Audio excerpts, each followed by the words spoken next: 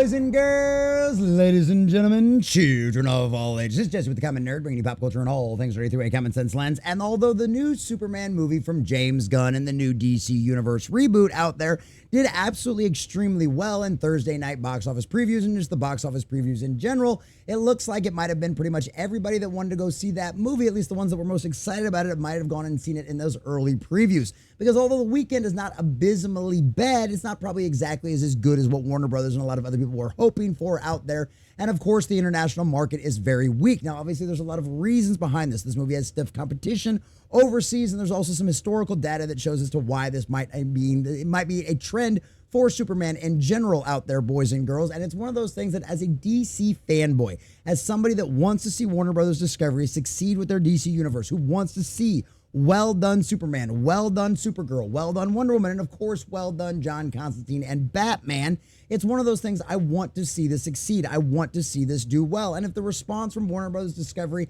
is any kind of telling in any way, shape, or form, whether maybe it's just media spin or not, it seems like they're at least happy with the way things are going. I don't think they expected to make $1 billion on this movie. I think they understand where they're at in the situation where they know they are coming off an extremely poor reception with their past DC projects, whether it be the Flash movie that absolutely failed miserably, the Aquaman movie, or of course Shazam 2. Was it Shazam 2 or 3? I think it was Shazam 2 as well. All of those things ended up because it was a dead universe. Everybody knew it was over, and honestly, there was a lot of disappointments from Warner Brothers prior to Discovery acquiring them out there with all of that kind of stuff out there. I mean, Birds of Prey, anybody? We heard about, of course, the canceled Black Batgirl movie out there. So needless to say, DC fans have every single right to be skeptical about absolutely everything they put out. And even though the audience score is absolutely incredible, the movie is still struggling at the box office, boys and girls. And a lot of people have been talking about this. I know a lot of the time we usually use Cosmic Book News, but everybody, I mean, The Wrap's been talking about this. Wrap's got some great history. Deadline over here has got, of course, the response from David Zaslav, which we're going to check out as well. I mean, everybody's simply talking about this kind of thing out there. But of course, we've got the numbers and the audience scores to go along with it. But I think that Park Place does the best job of summarizing absolutely everything, with the exception of the David Zaslav response, which of course we're going to get to as well, showing that it seems like he at least has some confidence in the movie that it is doing well enough to not cost them hundreds of millions of dollars, much like what the Joker 2 did. So we're going to check out this article from that Park Place, getting all the juicy details, of course, check the numbers and all of the audience scores and all of that kind of stuff to see how exactly this whole thing is doing. And of course, we'll have to wait until next weekend to find out whether or not this thing truly will end up having legs and be able to end up making a profit, or if it's going to end up failing miserably at the box office and end up causing Warner Brothers Discovery a bunch of money. So we're going to check out this article from thatparkplace.com, getting all of the juicy details and show you exactly what is going on with the Superman box office and some of the reasons why it might be coming in this way. But before we do, if you do enjoy our content, hit that like button, share with all your friends, and subscribe or follow if you have not already, boys and girls, because we are grinding, we are growing. We just crossed 2K. We are heading our way towards 2,100, and I could not do that without every single one of you. Also, leave us a comment in the section down below. Did you go see the Superman movie over the weekend? Did you enjoy it like the majority of the audience seemed to, according to the Rotten Tomatoes score? Or are you one of those people out there that had some issues with it, not really a big fan, maybe something you're not going to go see again, maybe doesn't exactly spark a lot of inspiration for you for the future of DC? As always, all opinions are welcome in the comment section down below, so please let us know what you think about this and how things are going to go. And as a complete and total fair side note, I have not seen this movie yet, but my Mrs. Common Nerd and I do plan on going and seeing it next weekend. We just had Corpus Christi Comic-Con this weekend, and with the family and everything else, there was just no way we could have worked it out. But we will be going and seeing it, and I promise you we will be reviewing it and letting you guys know what we think about the movie and our honest thoughts as well. But needless to say, the numbers are the numbers, and that's what we're going to check out here today. Also, if you'd like to support the channel, please check the links in the description as well. All right, from thatparkplace.com and our dear sweet Marvin Montanaro. Superman struggles in international box office. Lopsided launch exposes DC's global weakness. And it might not necessarily just be DC's global weakness so much as it's a Superman's weakness globally, which we're going to get into here in a little bit. Superman stumbled at the international box office in its first weekend despite pulling strong domestic numbers. In the high-stakes world of superhero cinema, where global dominance also often determines a franchise's fate, James Gunn Superman has soared domestically but stumbled overseas. While the film's $122 million North American opening marks a triumphant reboot for the DC studios, and actually the $122 million is actually under what the numbers is actually reported. Now, these aren't the full-blown official numbers. These are just the actual estimates based on what we got ticket sales from Friday, based on what we got from ticket sales from Saturday. It'll actually be either later today at the time of the recording of this video or first thing Tuesday morning we'll actually get the official numbers, and you'll have all the extra little 325 and all the cents and change and all that kind of stuff in there. As of right now, though, the official estimates from the numbers for right now are $125 million opening weekend, which ain't nothing to shake a stick at. I mean, it's beat most of Marvel for the last year or so. It's beat most of the majority of the box office for the last year or so. But at the end of the day, $125 million opening weekend is absolutely insane, is really good, especially under the era that we currently find ourselves in, especially with all of the bad reputation that DC has with its fans right now. Like I said, I want this to be good, but there's the problem, that international box office number, a $95 million, which if you want to crack $1 billion globally, you cannot just depend on your domestic box office. You have to have an international box office. Now, obviously, there's a lot of competition going on right now as well. Jurassic World is doing incredibly well. It had a 50% hold internationally, weekend over weekend, whereas most movies have anywhere from a 60 to 70% drop. A 50% hold weekend over weekend is insane. And obviously, that would have cut in a lot to what Superman would have been doing overseas. So that's one of the problems with these numbers. Still an incredible, honestly, a really well done opening weekend. Not quite as good as Man of Steel when you adjust it for inflation, but needless to say, a solid number, especially considering the fact everything Man of Steel had going for it. Man of Steel had just come off the Nolan trilogy with the Batman, which were huge successes out there, right? Whereas Superman, this one with David Cornsweet and James Gunn, this one is just coming off the backs of that failed universe that Man of Steel started. So needless to say, it's got a lot of things going against it.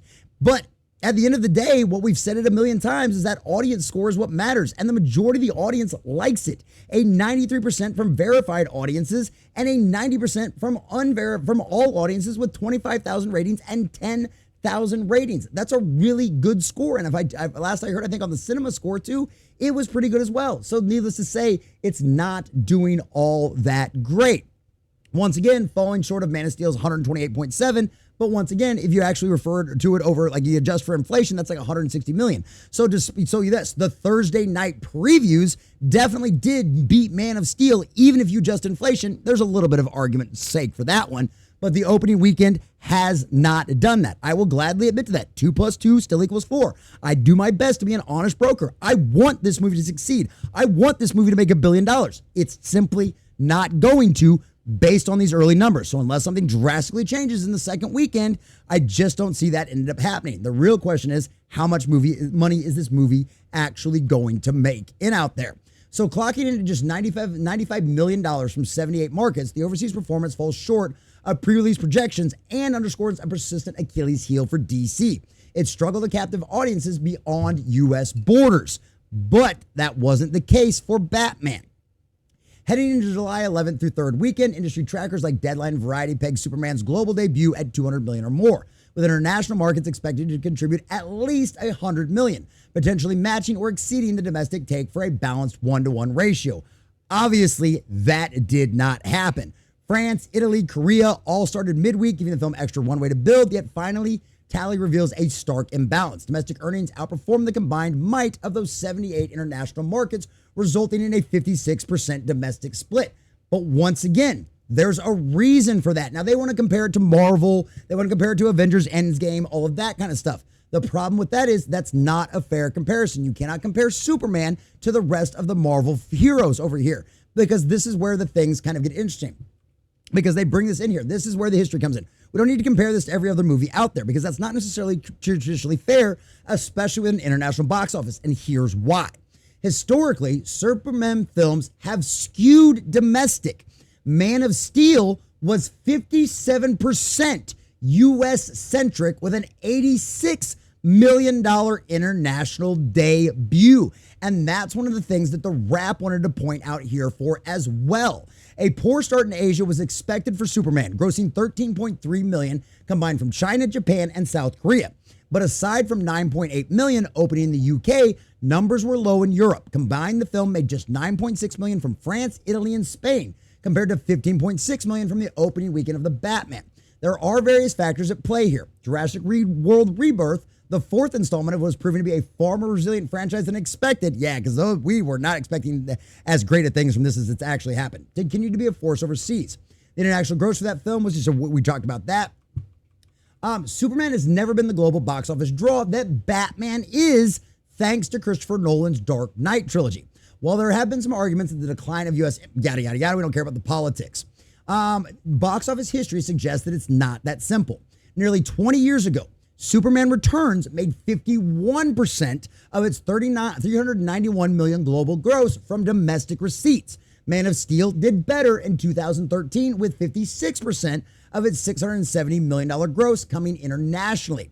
But it did have the advantage of being able to market Nolan's producer status on the film just a year before release, that The Dark Knight Rises. Obviously, it also went up against F1. Obviously, Jurassic World out there is having an incredible hold. Obviously, dinosaurs do really, really, really well overseas. So there's a little bit more historically to the fact that Superman really wasn't expected to do all that great overseas, because none of the movies ever really have been. Superman is an American hero that's been slanted that way, which is another reason why it was even dumber to get rid of the American way from it, to try to appeal to an international audience, because historically it was not going to happen. Hey, guess what? History doesn't just repeat itself, it also rhymes. If it's a Superman movie, don't try to appeal to an international box office. It is not going to work.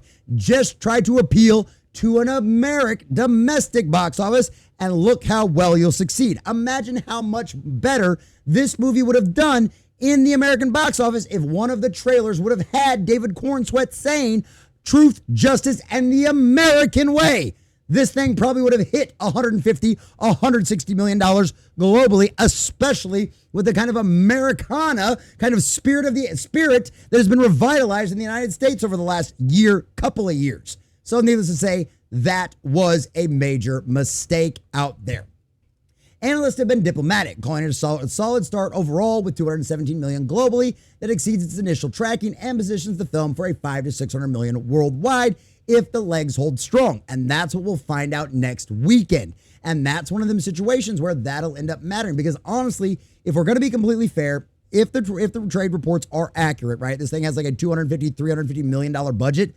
This thing at minimum to actually indeed make a profit has to hit somewhere between $800 to $900 million globally. It does not look like that's going to happen. But once again, knowing the fact of Warner Bros.' current financial status probably explains why David Zaslav had this reaction, because he understands the situation that he's sitting in. He understands that every DC product that this company had put out, basically essentially post Justice League, has failed miserably and has been completely and totally rejected by the fans. He watched his box office over the last couple of years with The Flash and Aquaman and Shazam all tanking miserably.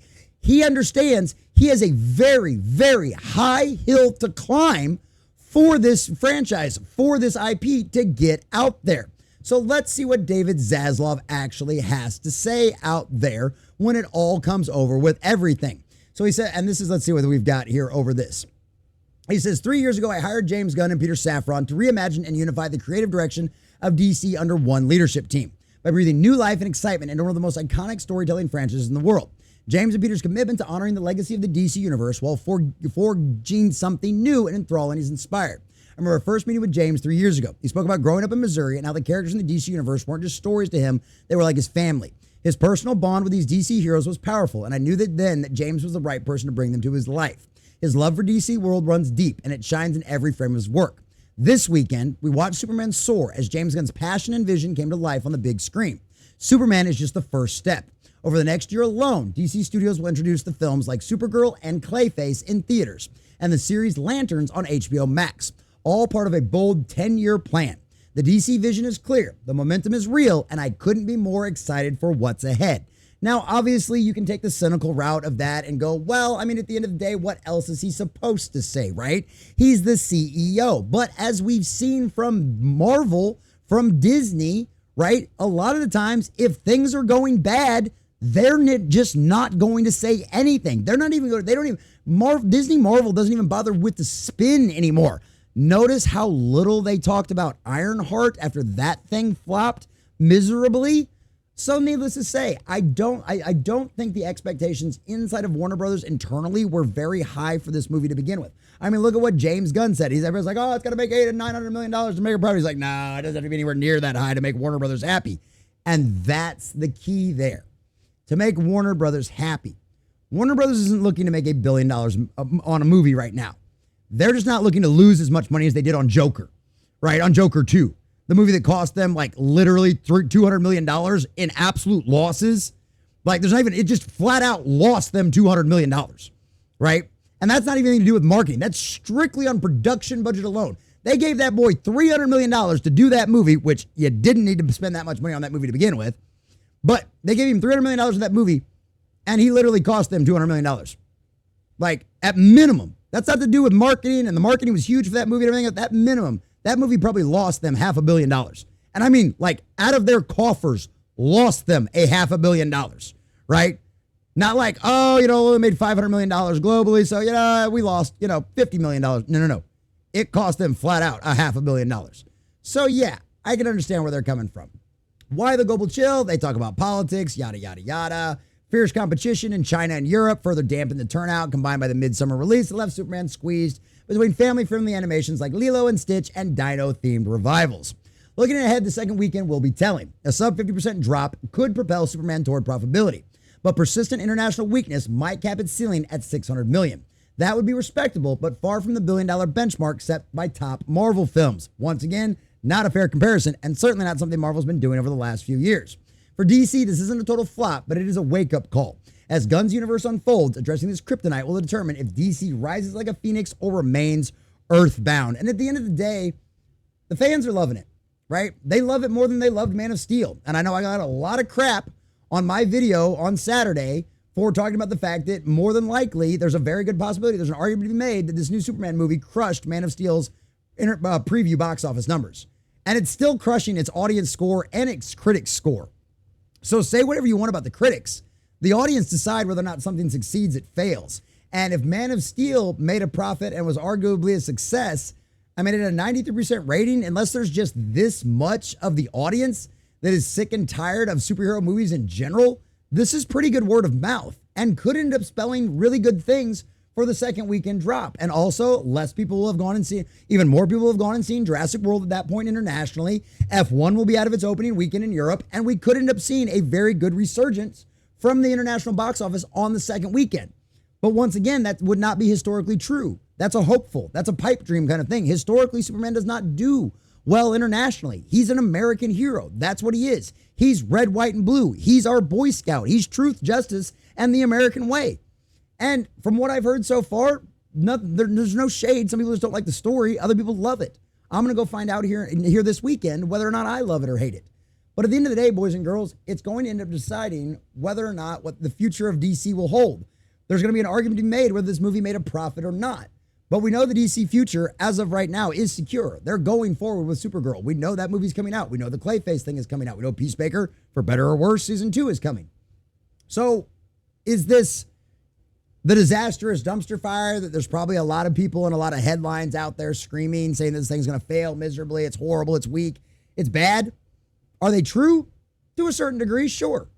But when you look at the historical evidence and the historical background behind Superman movies internationally, this really isn't all that unusual. And the fact that the real problem is the fact that they could have potentially spent $350 million making this movie. That would have probably been the real mistake with this, because if you know Superman is traditionally making all of its money at the domestic box office, then you should have reduced your budget accordingly. But of course, this is their first entry into the DC universe. They wanted to throw the kitchen sink and everything else and as much money as possible to make sure this thing was as successful as well as it is. And at the end of the day, the fans are happy. The majority of the audience loves it. They gave it an incredible score. It's better than any other Superman movie outside of the original that we've seen for a very long time. And that's a good sign. That means this movie could have a very good hold weekend over weekend. People could go back and see this. The word of mouth could get around this weekend, and a lot of people, after getting out of work this week, might want to go see and find out if they truly do believe a man can fly. But as of right now, it is a rough start international. Domestic ain't bad. The real question is whether or not this thing will make a profit And at the end of the day, that will truly decide whether or not something succeeds or fails. But you know what? If nothing else, the audience is happy. And at the end of the day, fans decide. And I am a fan of fans, boys and girls. And at least it seems like the fans are extremely happy with Superman. Whether or not it makes a profit, we certainly will have a very good idea next weekend. But at the end of the day, boys and girls, this is Jesse with the Common Nerd. I am a DC fanboy, and I want Superman to do well. But honestly, I have to be an honest broker with you. Things are not exactly looking great, but they're not exactly looking bad. The real question is, will we hit profitability? Find out next weekend, boys and girls.